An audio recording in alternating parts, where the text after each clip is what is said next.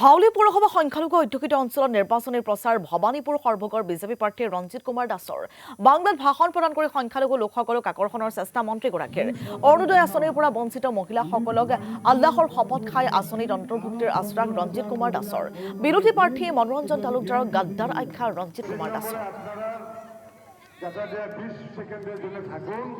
সমগ্ৰ আমাৰ যি ভৱানীপুৰ সমষ্টি আজি ৰাতিপুৱাৰ ভাগত মই যেতিয়া বাংলিপাৰা গৈছিলোঁ সৰুপেটা গৈছিলোঁ বিভিন্ন গাঁৱত যাওঁতে মোক ৰাইজে কৈছে যে আপুনি এইফালে আহিব নালাগে, আপুনি হাউলী পিনে যাওক। আৰু ইতিমধ্যে ৰাইজে বৰপেটাৰ ৰাইজেতো মোক তাতে কৈছে যে মোক প্ৰায় নিষিদ্ধ কৰাৰ দৰে কৈছে যে আমি 85% তলত যদি ভোট দিওঁ আমাৰ গোটেই বিষয়ভাৱে যিমান আছে তেওঁ কৈছে যে আমি গোটেই বিষয়ভাৱে আমি মানে ৰিজাইন দি দিম, দৰকাৰ হ'লে আপুনি আমাক এৰি দিয়ক, আহিব নালাগে।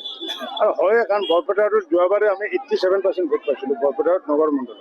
গতিকে যিহেতু বৰপেটাটোত আমাৰ কাৰ্যকৰ্তা চাই আছে, ৰাইজে চাই আছে, আৰু সেইকাৰণে মই অলপ ভৱানীপুৰ সৰুপেটাত বেছিকৈ জোৰ দি আছিলোঁ। ভৱানীপুৰ সৰুপেটাৰ মানুহে তাৰ যি 6টা পঞ্চায়তৰ লগতে যি বিলাচীপাৰা পঞ্চায়ত, আমাৰ যি 6টা পঞ্চায়তত তাতে আমি অতি কমেও 80% ভোট পাম বুলি ৰাইজে কৈছে। যে আজি ষ্টেচনতো বহু ৰাইজক লগ পাইছিল, তেওঁলোকে কৈছে যে আপোনাৰ এইপিনে আহিব নালাগে, আপুনি হাউলী পিনে চাওক।